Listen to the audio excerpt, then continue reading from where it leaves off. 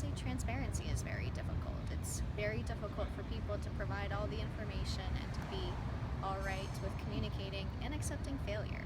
Accepting failure is something that is very, very difficult for organizations. In the government, you oftentimes are used to following deadlines and budgets. And if anything falls outside your deadline budget, you fail. The product owners in the government really need to be able to accept that failure is a good thing because you're learning from your mistakes. Fast fail, the faster you learn as well. So for me, this might sound a little bit funny, but I kind of think of it as like a patient zero approach. You really think about finding that one person, that one group that is willing to try it out. You get them really up and going. You show them the best practices. You do the train the trainer approach. You get them excited about it.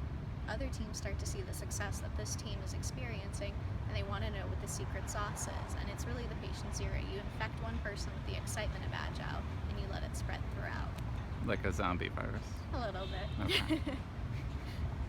And we knew we wanted to start with visual artifacts because in use cases they tend to be very wordy. So what we wanted to do is take it into an actual visual workflow like this, where we show the actors and the various forms that they walk through.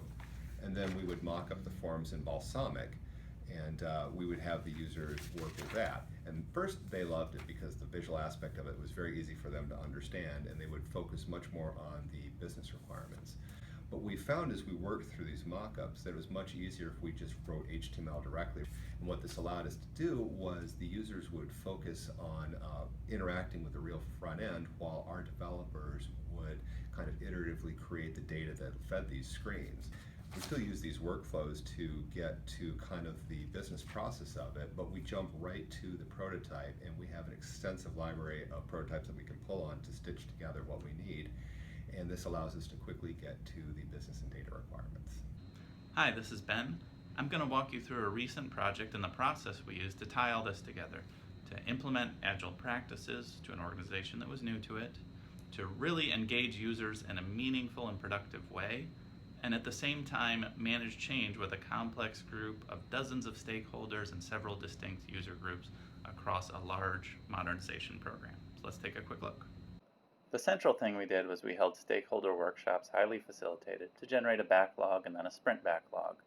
From that, we'd create working code and give that to users for offline review. And they had the opportunity with an embedded feedback widget to provide offline feedback that we'd analyze into summary slides. And you can take a look at the feedback widget here, where users can see their comments and others, and it really helped move the process along.